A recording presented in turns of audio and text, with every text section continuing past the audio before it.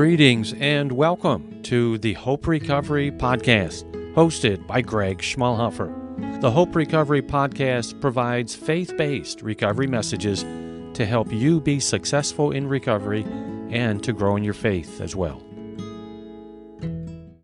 Hello and welcome to the very first episode of the Hope Recovery Podcast. I am Greg Schmalhofer, your host, and yes, I am very excited to be bringing this very first episode to you. I'm eager to see what God has for us through our time together through this podcast. If I may, let me give you a brief personal introduction. I have been involved in recovery ministry for a long time, since approximately 2005, and I've been involved most of the time as a volunteer in various capacities. And also part of the time was as director of the Discovery Recovery Ministry, a faith-based ministry here in Lancaster, Pennsylvania. And this podcast is coming to you from what I call my home studio right here in Lancaster, Pennsylvania. Also, I have 2 graduate degrees from Liberty University, one in Christian ministry and one in theological studies. I'm also a certified family recovery specialist and have written 2 books on recovery.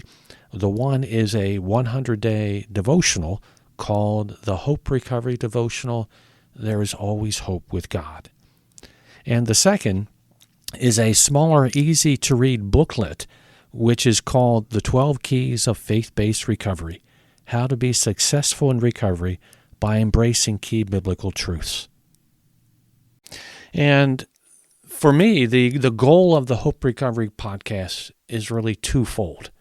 The first is to help you be successful in recovery, regardless of where you are at in recovery, one day, 1 week, 1 month, 1 year, or many years. I want to support you and encourage you in your recovery. Because if you're not successful in recovery, nothing else really matters. Everything else potentially falls apart if you're not successful in recovery. And secondly, I would like this podcast to help you grow in your faith as well. There is indeed a higher power. And this higher power is the loving, caring, and compassionate God of the Bible. With God in your life, you can be successful in recovery, grow in your faith, and have a brand new life, a very different life from your past. So, the Hope Recovery Podcast, and as I was thinking about what would be appropriate for the very first devotional message for the Hope Recovery Podcast, I kept coming back to the subtitle of the podcast, which is called There is Always Hope with God. And so this is the subtitle of the podcast, and it is in many ways a very key principle of faith-based recovery. And it has so many key biblical principles in that one short statement that I thought it would be appropriate and good for me to start with a discussion, a devotional on this phrase, on this subtitle, There is Always Hope with God. And so it made me, as I looked at this, I thought of 4 key principles that this subtitle really talks about, either directly or indirectly. And the first is that there is a God in heaven. It indicates first and foremost that yes, there is a God in heaven, that you are not alone. There is a God. You are not a random chance creation left all alone in the world, but you are uniquely created by God. And you can trust Him and have confidence in Him to help you. So there is a God in heaven, and Genesis 1:1 is a passage that comes to mind that reinforces this idea that there is a God. And Genesis 1:1, in the beginning, God created the heavens and the earth. There is a God who created the heavens and the earth, and this same God who created the heavens and the earth wants to help you in life, and wants to help you be successful in recovery. I've often thought and said multiple times that Genesis 1:1, the very first verse of the Bible, always struck me as that God was so eager to tell us about himself, and that he is the creator of everything, that he answers this very fundamental and basic question that many of us have. How did we get here? Who created everything? How did the world come to be? And in the very first verse, Genesis 1:1, God tells us, in the beginning, God created the heavens and the earth. And also, as I look at the two main fellowships, the Narcotics Anonymous and Alcoholics Anonymous, the quote from the NA book from page 25, the chapter, How It Works, step 3, we made a decision to turn our will and our lives over to the care of God as we understood him. Even NA and AA fellowships speak of God, and that the idea of God and spirituality and a relationship with God is absolutely central to both of these two fellowships. And secondly, then, there is always hope. No situation of life is so bad that it is beyond the reach of God. Joshua 1:9 says, Have I not commanded you, be strong and courageous, do not be afraid, do not be discouraged, for the Lord your God will be with you wherever you go.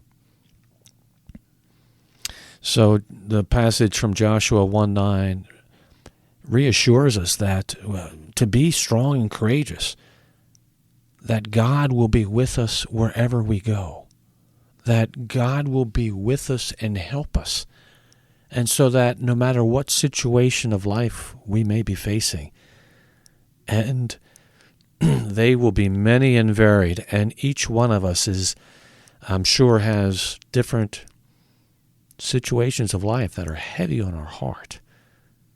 But this passage encourages us to be strong and courageous, and that we can trust that the Lord God will be there to help us wherever we go, and no matter what we might be facing. Alcoholics Anonymous, the quote from page 475 in the chapter Twice Gifted, says this, My physical being has certainly undergone a transformation, but the major transformation has been spiritual. The hopelessness has been replaced by abundant hope and sincere faith. There is always hope with God, and we can trust that God will be there wherever we go and to help us. And the third key principle of this subtitle, There's Always Hope with God, the third one is God is a loving, caring, and compassionate God. And not only is God a loving, caring, and compassionate God, but he wants to help you. He wants to help us in life and in recovery. No matter how many times you may have failed God, he is always there to forgive you and to help you as well. This passage indirectly implies that God is a loving, caring, and compassionate God. Psalm 86:15 says, But you, Lord, are a compassionate and gracious God, slow to anger, abounding in love, and faithfulness. We can be so grateful that this passage describes God as a compassionate and gracious God, abounding in love and faithfulness, and eager to help us. The NA quote regarding compassion and spiritual growth from page 103 from the chapter More Will Be Revealed says this: spiritual growth, love, and compassion are idle potentials until shared with a fellow addict. By giving unconditional love in the fellowship, we become more loving, and by sharing spiritual growth, we become more spiritual. So this quote speaks about compassion and spiritual growth, about a spiritual relationship with God.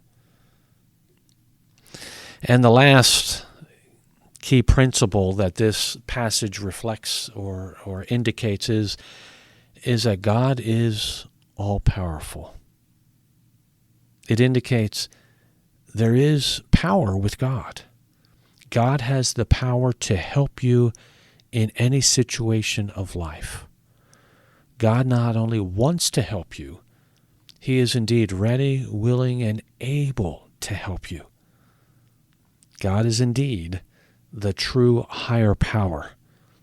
He has the power that you lack to be successful in recovery and in life as well. Jeremiah 10:12 says, "But God made the earth by His power. He founded the world by His wisdom and stretched out the heavens by His understanding." What a great passage that just points us to how powerful God is. God made the earth by His power. Alcoholics Anonymous has a quote on page 45 that speaks about power from the chapter We Agnostics. And it says this: "Our human resources, as marshaled by the will, were not sufficient. They failed utterly. Lack of power, that was our dilemma. We had to find a power by which we could live, and it had to be a power greater than ourselves, obviously. But where and how were we to find this power?" Well, that's exactly what this book is about. Its main object is to enable you to find a power greater than yourself, which will solve your problem. That means we have written a book which we believe to be spiritual as well as moral. And it means, of course, that we are going to talk about God. That's the quote from the AA book, and just a great quote. And yes, God is all-powerful. God is the power that is greater than ourselves, that can help us to be successful in recovery and to grow in our faith. So with that, let me ask you this. What are you facing today? Are you struggling in recovery? Do you have medical issues? Do you have an upcoming surgery? Do you have an upcoming court hearing? Perhaps relationship issues or financial issues, all kinds of different situations that weigh heavy on your heart, on all of our minds. We each have some struggle or situation of life that is likely weighing heavy on our hearts. And so I would encourage you to remember there is always hope with God. Bring whatever struggle or situation of life that you're facing, bring it to God. Ask God to help you. And as you do, I would encourage you to remember these key principles about this biblical truth, that there is always hope with God. First, there is a God in heaven. You are not alone, and you are not without help. Call out to God. Ask God to help you. And second, there is always hope. No situation is beyond the reach of God. Whatever you're facing, it's not beyond the reach of God. God wants to help you. Reach out to God. And third, remember that God is a loving, caring, and compassionate God. Not only is there a God, but He is a loving, caring, and compassionate God who wants to help you and will indeed help you, but perhaps not in the ways that you might expect. And then fourth, remember that God is all-powerful. The God of the Bible is indeed the true higher power, and He is able to help meet your need. I encourage you to look to God for help and guidance and yield then to His direction in your life. So, that is what I have for you today. I have enjoyed sharing this message with you and pray that God would use it in some way to help you be not only successful in recovery, but to grow in your faith as well. I encourage you to remember, whatever you're facing, there is always hope with God. Thank you for letting me share, and God bless you all.